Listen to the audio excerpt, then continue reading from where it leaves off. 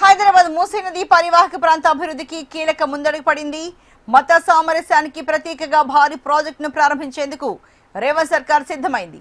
ఇందులో భాగంగా గండిపేట మండలం మంచిరేవుల గ్రామ పరిధిలో మూసీ ఒడ్డున ఓంకారేశ్వర ఆలయాన్ని నిర్మించేందుకు ప్రణాళిక రూపొందించింది.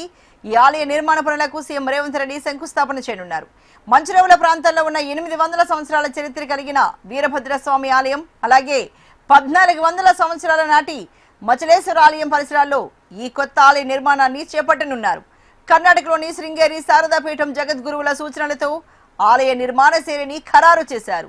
ఈ శంకుస్థాపన కార్యక్రమంలో శృంగేరిపీఠం ప్రతినిధులు కూడా పాల్గొన్నారు. గండిపేట నుంచి ప్రతాప సింగారం వరకు సుమారు 55 కిలోమీటర్ల దూరం మూసీ నది ప్రవహిస్తోంది. ఈ ప్రాంత అభివృద్ధిని మత సామరస్యానికి ప్రతీకగా తీర్చిదిద్దాలని తెలంగాణ ప్రభుత్వం లక్ష్యంగా పెట్టుకుంది. ఇందులో భాగంగా మొదటి దశలో మంచిరేవులలోని ఆలయ నిర్మాణాన్ని చేపడుతున్నారు. తర్వాతి దశల్లో పురాణాపూర్ వద్ద మసీద్, గౌలిగూడలో గురుద్వార్, నాగోల్లో చర్చి నిర్మాణం చేయాలని ప్రణాళిక సిద్ధమైంది. అయితే మూసీ నది ఒడ్డున ఓంకారేశ్వర ఆలయాన్ని సుమారు 8 ఎకరాల విస్తీర్ణంలో నిర్మించబోతున్నారు. ఆలయానికి భారీ గాలి గోపురం, అనేక మండపాలు, ప్రత్యేక నిర్మాణ శైలితో రూపకల్పన చేయబోతున్నారు.